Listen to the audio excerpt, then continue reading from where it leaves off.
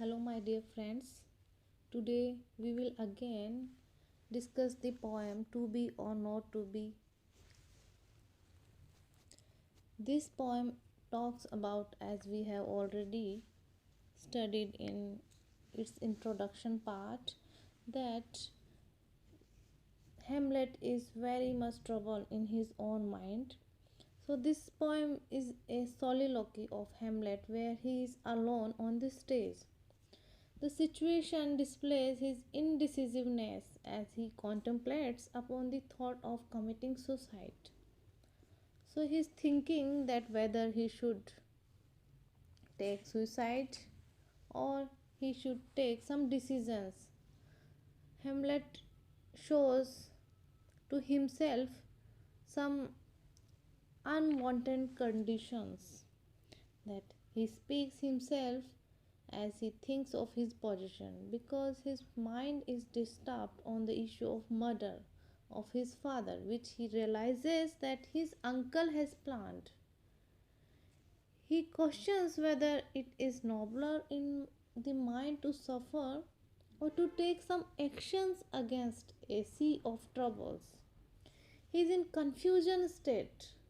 He is in confusing state whether either of these aspects is to be followed. He fails to decide whether it is to be justified to suffer at the atrocities of the violent fortune or to take fight against the troubles of the sea. Later he realizes that in both cases one is to be destined and that is loss. So this first stanza it shows the images that is drawn in these lines. It points out that suffering of the Hamlet, and it shows the cruel fortune that is hanging behind the Hamlet. Again, Hamlet talks about the idea of arms against sea of trouble. It indicates the troubled mind of the Hamlet himself. So here the first stanza only talks about the situation and the situation that displays Hamlet's indecisiveness. He again and again only contemplates upon the thought of committing suicide. In next stanza, that is also a part of soliloquy, and here the principal character that is Hamlet himself. Here Hamlet argues within that to die is like the state of sleep and nothing more. So when we sleep, we think that we end the heart and we end the troubles, and we think that thousands of natural shocks in life come to an end. So here to die is to only sleep.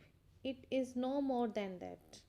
He says that flesh is hair.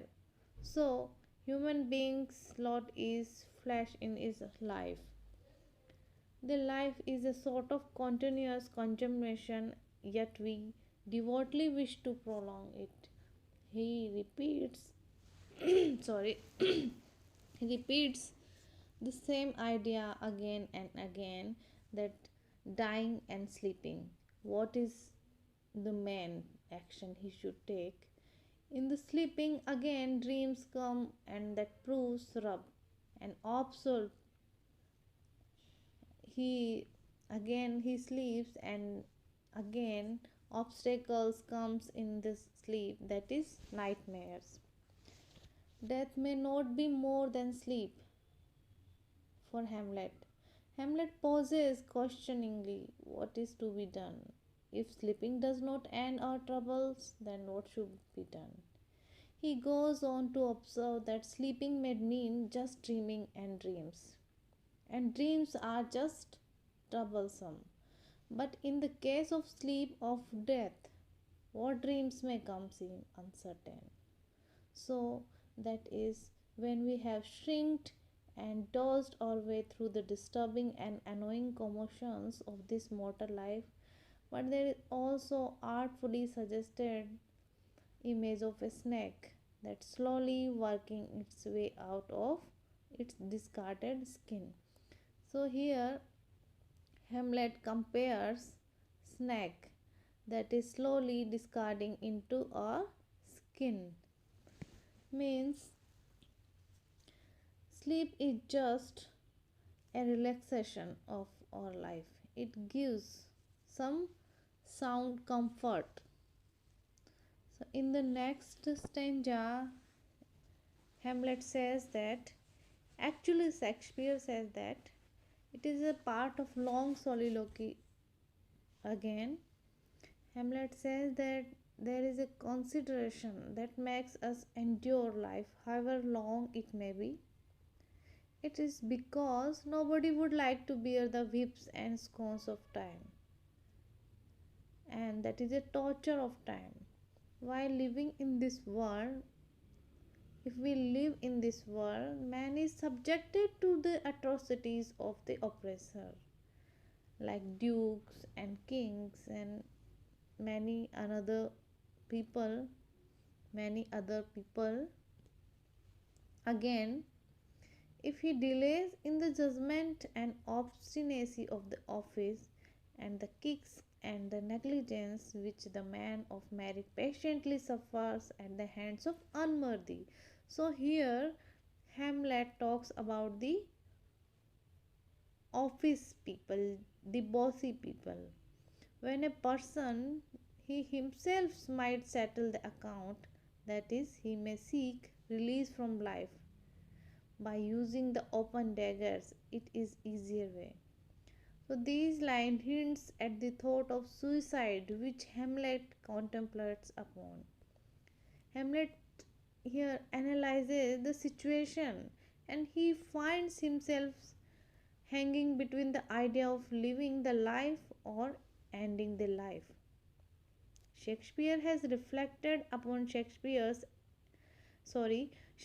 has reflected upon Hamlet's attitude towards the oppressor. Here again he uses the words like oppressor, cruel for the kings and the powerful people. So I think this is enough for today. Thank you.